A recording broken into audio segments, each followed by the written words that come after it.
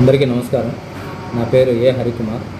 ఈరోజు నేను అర్బన్ అనంతపూర్ తహసీల్దార్గా బాధ్యతలు స్వీకరించడం జరిగింది.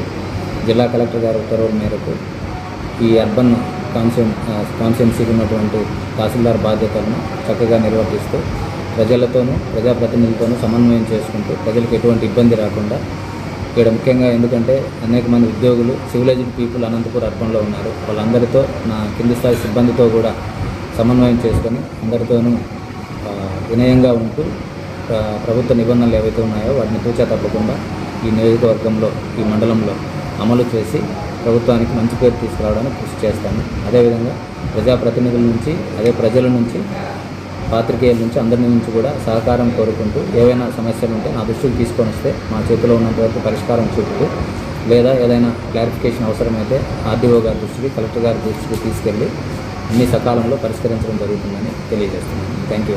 ఇక్కడ సర్వేలకు సమస్యలు సర్వేలు పెట్టిన తర్వాత డబ్బు ఎక్కువ డిమాండ్ చేస్తుంది. డబ్బు సర్వేలు పోవడము వాళ్ళు బాధ్యత కదా అంత డబ్బు ఎక్కువ డిమాండ్ చేస్తుంది. దాని మీద ఎవరైనా కానీ ఏదైనా ప్రభుత్వ సర్వీస్ అనేది ఏది స్పెసిఫైడ్ రోజుల్లో దానికి ఎంత రుసుము ఉందో అంత చేయాలి. ఏవైనా అవినీతి ఆరోపణలు వస్తే ఖచ్చితంగా దాన్ని నేను పై అధికారుల దృష్టికి తీసుకెళ్ళి వాళ్ళ మీద చర్యలు చేపట్టడం జరుగుతుంది. అనంతపూర్ టౌన్లో కులం పేరుతో వర్గాల పేరుతో ప్లాట్లు వేస్తున్నారు సార్.